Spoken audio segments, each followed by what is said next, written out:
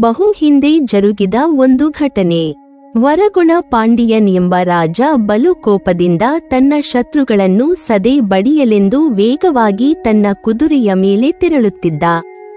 ಅಕಸ್ಮಾತಾಗಿ ಬ್ರಾಹ್ಮಣನೊಬ್ಬ ಅವನ ದಾರಿಗೆ ಅಡ್ಡ ಬರಲು ದುರದೃಷ್ಟವಶಾತ್ ಅಪಘಾತ ಸಂಭವಿಸಿ ಅದರಲ್ಲಿ ಬ್ರಾಹ್ಮಣ ತೀರಿ ಹೋದ. ಇದರಿಂದ ರಾಜನಿಗೆ ಬ್ರಾಹ್ಮಣ ಹತ್ಯಾ ದೋಷ ಉಂಟಾಯಿತು. ಹೀಗೆ ಬ್ರಾಹ್ಮಣ ಹತ್ಯಾ ದೋಷದಿಂದ ಬಳಲುವಂತಾದ ರಾಜನಿಗೆ ಮೈಯಲೆಲ್ಲ ಕಂಪನಗಳು, ಅಂದರೆ ನಡುಕ ಉಂಟಾಯಿತು. ಯಾವ ರೀತಿಯ ಔಷಧೋಪಚಾರಗಳು ನೆರವಿಗೆ ಬರಲಿಲ್ಲ. ಇದರಿಂದ ಚಿಂತೆಗೊಂಡ ರಾಜ ತನ್ನೊಳಗೆ ಹೊಕ್ಕಿದ ಆತ್ಮದಿಂದ ಮುಕ್ತಿ ಪಡೆಯಲೆಂದು ಶಿವನನ್ನು ಅತಿ ಭಕ್ತಿ ಹಾಗೂ ನಂಬಿಕೆಯಿಂದ ಆರಾಧಿಸಿದ. ಹೀಗೆ ಶಿವನನ್ನು ಆರಾಧಿಸಿದ ಆ ರಾಜನಿಗೆ ಅತಿ ಶೀಘ್ರದಲ್ಲಿಯೇ ನಡುಗುವ ಶಿಕ್ಷೆಯಿಂದ ಮುಕ್ತಿ ಸಿಕ್ಕಿತು. ರಾಜ ಆರಾಧಿಸಿದ ಆ ಶಿವನೇ ಕಂಪಾಹರೇಶ್ವರ, ಅಂದರೆ ಕಂಪನಗಳನ್ನು ಅಥವಾ ನಡುಗವನ್ನು ದೂರ ಮಾಡುವ ದಾತ.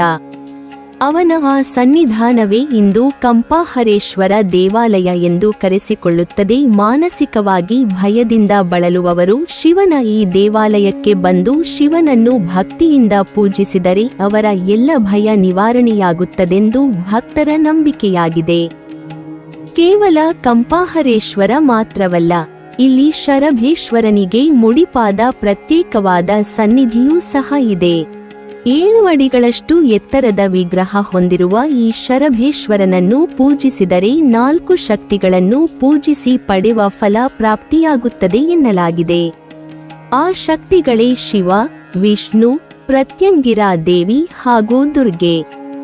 ಹೌದು, ಇದು ಶರಭೇಶ್ವರನಲ್ಲಿ ಅಡಗಿರುವ ಶಕ್ತಿಗಳು.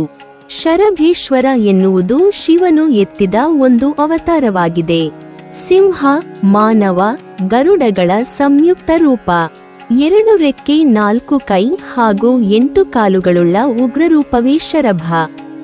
ದಂತಕಥೆಯಂತೆ ವಿಷ್ಣು ಸಿಂಹದ ಮುಖ, ಮಾನವ ಶರೀರವಿರುವ ನರಸಿಂಹನ ಅವತಾರ ತಾಳಿ ಹಿರಣ್ಯಕಶಿಪು ರಾಕ್ಷಸನನ್ನು ಸಂಹರಿಸಿದ. ತದನಂತರ ಆ ರಾಕ್ಷಸನ ರಕ್ತವು ನರಸಿಂಹನ ಮೈಮೇಲೆಲ್ಲ ಹರಡಿತ್ತು. ಅಲ್ಲದೆ ನರಸಿಂಹ ಕೋಪಾವೇಶದಲ್ಲಿ ಉನ್ಮತ್ತನಾಗಿ ಯಾರಿಂದಲೂ ಸಮಾಧಾನ ಮಾಡಲು ಸಾಧ್ಯವಿಲ್ಲವೆನ್ನುವಂತಾಗಿತ್ತು. ಹಾಗೂ ಅವನ ಮೈಮೇಲಿರುವ ರಕ್ತದ ಹನಿಗಳು ಭೂಮಿಗೆ ಬಿದ್ದರೆ ಅವಿನಾಶಿ ರಾಕ್ಷಸರು ಜನ್ಮ ತಳೆಯಬಹುದಾದ ಘನಘೋರ ಸ್ಥಿತಿ ನಿರ್ಮಾಣವಾಗಿತ್ತು. ಆಗ ಸರ್ವ ದೇವತೆಗಳು ಶಿವನಿಗೆ ಮೊರೆ ಹೋದಾಗ ಶಿವನು ಎತ್ತಿದ ಅವತಾರವೇ ಶರಭ. ಹೀಗಾಗಿ ಶಿವನನ್ನಿ ಶರಭೇಶ್ವರ ಎಂತಲೂ ಕರೆಯಲಾಗುತ್ತದೆ.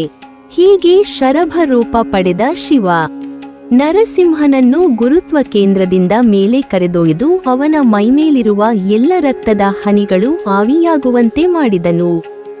ಇದರಿಂದ ನರಸಿಂಹನು ಮತ್ತೆ ಪ್ರಸನ್ನಚಿತ್ತನಾಗಿ ಶಿವನಿಗೆ ಗೌರವಾದರಗಳನ್ನು ಸಲ್ಲಿಸಿದನು ಎನ್ನುತ್ತದೆ ಕಥೆ. ಈ ರೀತಿಯಾಗಿ ಸರ್ವ ಶತ್ರುಗಳಿಂದ ಮುಕ್ತಿ ಪಡೆಯಲು, ಭಯದಿಂದ ಹೊರಬರಲು ಈ ಕಂಪಾಹರೇಶ್ವರ ದೇವಾಲಯಕ್ಕೆ ಭಕ್ತರು ಭೇಟಿ ನೀಡುತ್ತಾರೆ. ಈ ದೇವಾಲಯವಿರುವುದು ತಮಿಳುನಾಡು ರಾಜ್ಯದಲ್ಲಿ. ತಮಿಳುನಾಡಿನ ತಂಜಾವೂರು ಜಿಲ್ಲೆಯ ತಿರುವಿಡೈಮರಡೂರು ತಾಲೂಕಿನ ತಿರುಭುವನಂ ಗ್ರಾಮದಲ್ಲಿರುವ ಮೈಲಾಡುತುರೈ ಕುಂಭಕೋಣಂ ರಸ್ತೆಯಲ್ಲಿದೆ. ನೀವಿನ್ನೂ ನಮ್ಮ ಚಾನಲನ್ನು ಸಬ್ಸ್ಕ್ರೈಬ್ ಮಾಡಿಲ್ವಾ? ಹಾಗಾದರೆ ಈ ಕೂಡಲೇ ನಮ್ಮ ಇತಿಹಾಸ ದರ್ಶನ ಚಾನಲ್ ಅನ್ನು ಸಬ್ಸ್ಕ್ರೈಬ್ ಮಾಡಿ ಮತ್ತು ಪಕ್ಕದಲ್ಲಿರುವ ಬೆಲ್ ಐಕಾನ್ ಅನ್ನು ಪ್ರೆಸ್ ಮಾಡಿದರೆ ನಮ್ಮ ಹೊಸ ವಿಡಿಯೋಗಳನ್ನು ನೋಡಬಹುದು.